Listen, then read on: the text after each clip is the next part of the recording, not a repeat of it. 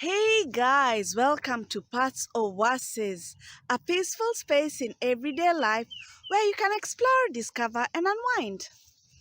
Well, today I'm in an open field which can be used for various purposes. For one, it can be used for leisure activities, but also it can be used for agribusiness. And as a result, it can be used for agritourism.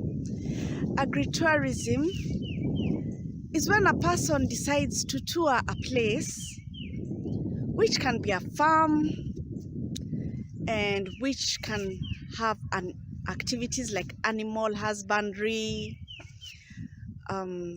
wine tourism, or farming, or beekeeping, or poultry keeping. There are many activities that can be done.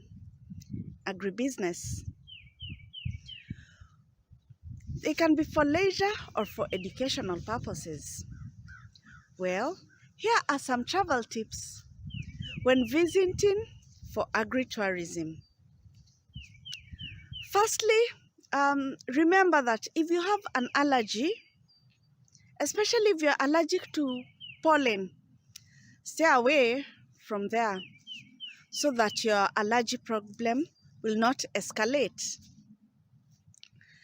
Secondly, if you are traveling with children for agritourism, make sure they don't handle equipment that could be dangerous to them or even handling animals. It's better to have someone who works in that farm to handle it, or they can just handle it under supervision. Thirdly, make sure you learn a lot about the functions of what they're doing there in the farm or in the winery or in the beekeeping. Yeah, you get more knowledgeable.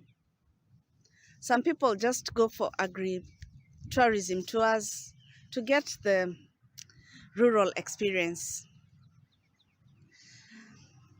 Then fourthly, remember, if you're going to a muddy place or somewhere with manure, wear boots or sneakers.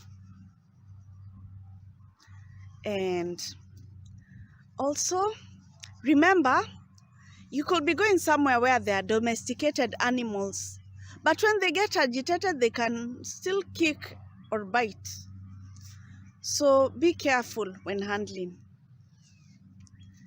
Then lastly, remember to promote the people in the agribusiness sector. So when you go for agri-tours, you can buy their products. Well, that's it from Paths Oasis. For more details, check out my website, patsoasis.com.